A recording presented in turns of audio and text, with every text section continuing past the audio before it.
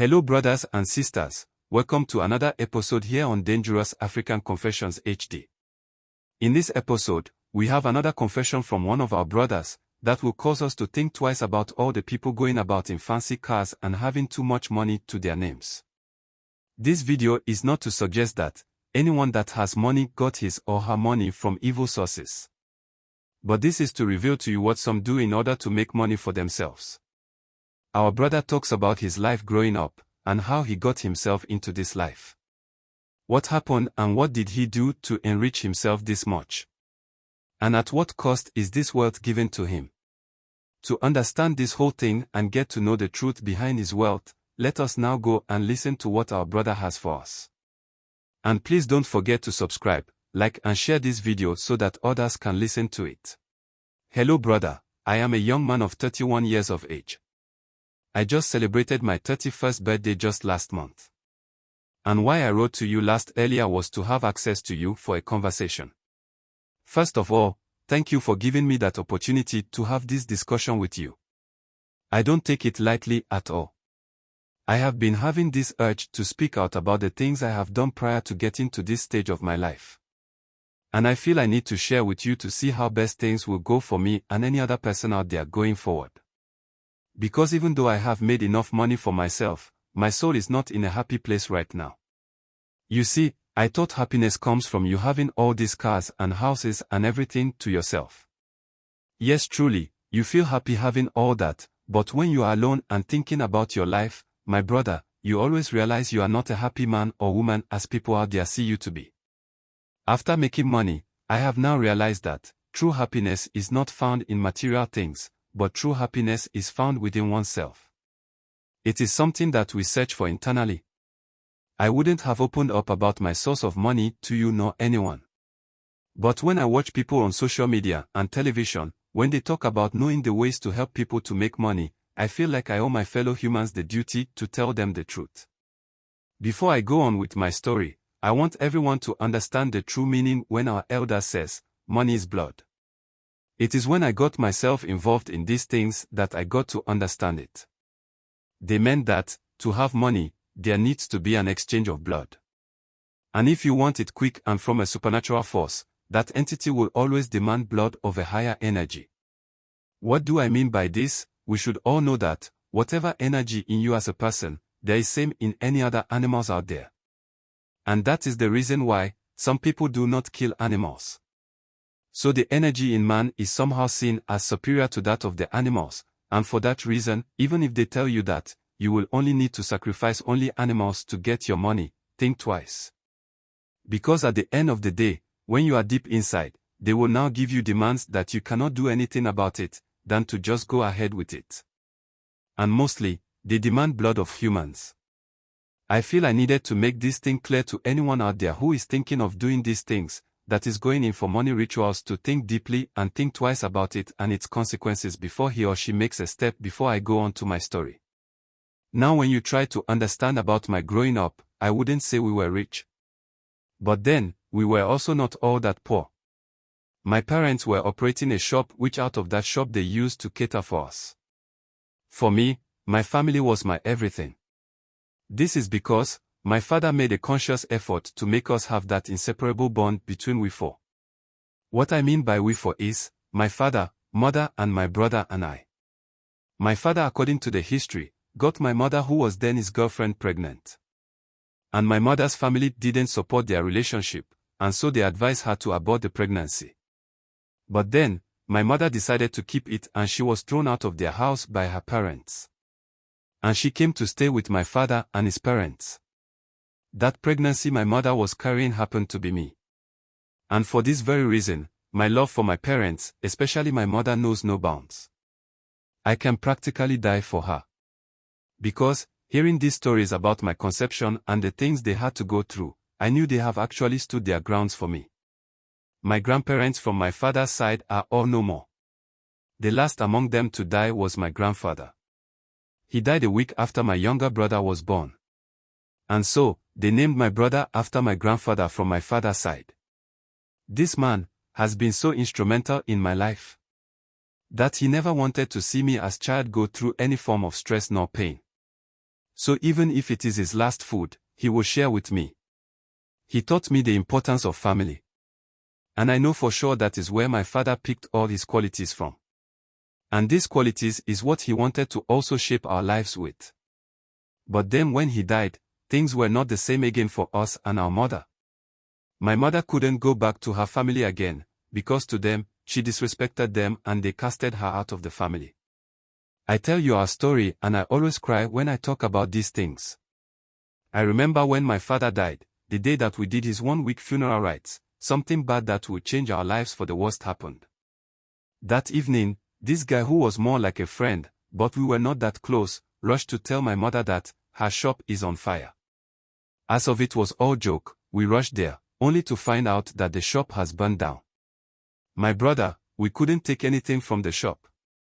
We were selling these soft drinks, toiletries, and things that we use in the house daily. That was the beginning of problems for us in this life. When we say someone has suffered in life, my brother, I can tell you that my mother has truly suffered in this life. We didn't have anything again left for us to depend on.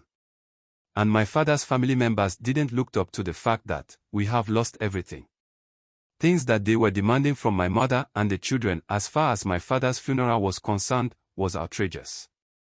To the point that, because we couldn't afford to pay for the things that they were demanding, my mother was reduced to someone like a maid as far as the funeral was concerned. I cannot forget the things that this woman went through for not doing anything wrong, but just losing someone who she shared love with. In all that, I would look at my mother and tell her not to give up. Because one of us will make her proud. I didn't know of any way of making her proud. But then, the reason why I used to tell her that was the fear that she might poison herself because of the problems we were going through.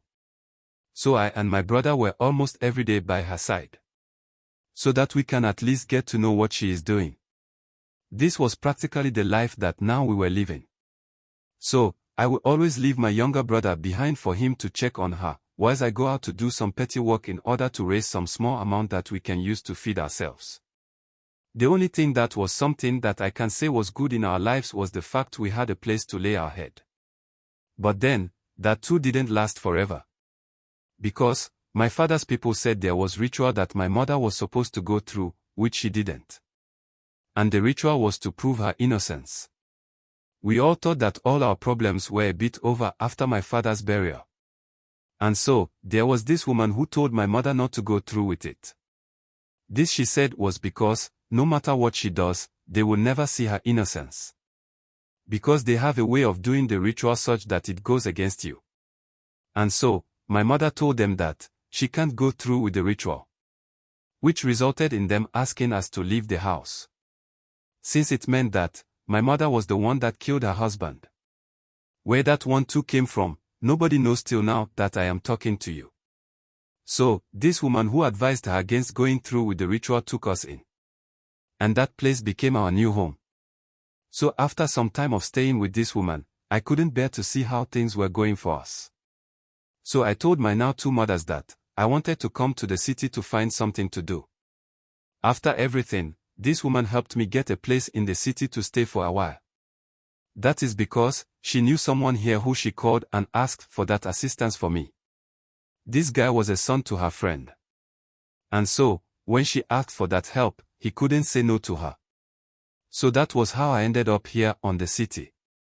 During my stay with this guy, I can tell you that he really did all his best to help me in ways that he could. Everything changed when his girlfriend started giving him attitude about the fact that they are not having the space to themselves anymore because of my presence. My life and all my hopes were now coming to a halt again. But then, I told myself that no matter what happens, I wouldn't let it be a standing block to my progress. I didn't want to cause problem between the guy and his girlfriend. This is because he didn't know how to tell me to leave. And also didn't want to offend the lady on the other hand. So I had to take that bold step and leave his house. Honestly, it wasn't something that he was proud of. But because of his love for his woman, I needed to walk away. This very decision of stepping out to the street is what took me into this. It was as if I was being pushed into this life. Because the very first evening that I decided to go and sleep in front of one shop that I had spotted. I had already told myself that, regardless of what happens, I must make sure I will not go back home without something to make my mother smile. So when I was seated in front of the shop thinking of my life, I saw this knowing where they sold tea. So I decided to go and buy bread and eat before I returned to the shop and sleep. That was where I met this person who, after I bought the food, I saw him looking at me whilst I returned to the shop. I didn't mind anything. After about some time, this guy came to where I was sitting and started to have a conversation with me. He asked what I was doing all alone in front of the shop, and if that was where I was going to spend the night. I told him yes, and explained to him further about how I ended up there. He then offered me to come with him to his house and sleep. But brother, that particular night, I was afraid. When he realized that I was afraid to go home with him, he told me that, if it was his house that I wasn't ready or afraid to go, I should get up and take my things, so he can go and get me a hotel to sleep. Because there was no way he was going to let me spend the night there. Honestly, I didn't feel right about how and why he had shown so much interest in my life just like that. But after some pursuance, I agreed to his idea of getting me a hotel to sleep in for that night. After that night, he came to the hotel the next day and asked that I come home with him. Since he was willing to help me, I asked him why he wanted to help me. He looked at me and I saw tears in his eyes. He then told me that he has been in my position before. And when he saw me that night, something in him was telling him to come closer to me and find out about me. And that is the reason why he followed me to the shop. He told me that he don't mean any harm, but just wanted to help me get my life together. His words gave me some hope and all the fear I had was gone. So after everything, I followed him to his house that day. Thank you. Don't forget to please subscribe, share and like our videos. Kindly hit the notification bell so you will be the first to get notification to our videos when we upload. Like I always say, these are not just stories for story's sake. They are meant for us not to make these mistakes our brothers and sisters are making. That's why we share these stories with you. Just like we always do in this house, please let us also hear from you, our beautiful family members. Please let us hear from you. Let's listen to your views and concerns and comments in the comment section.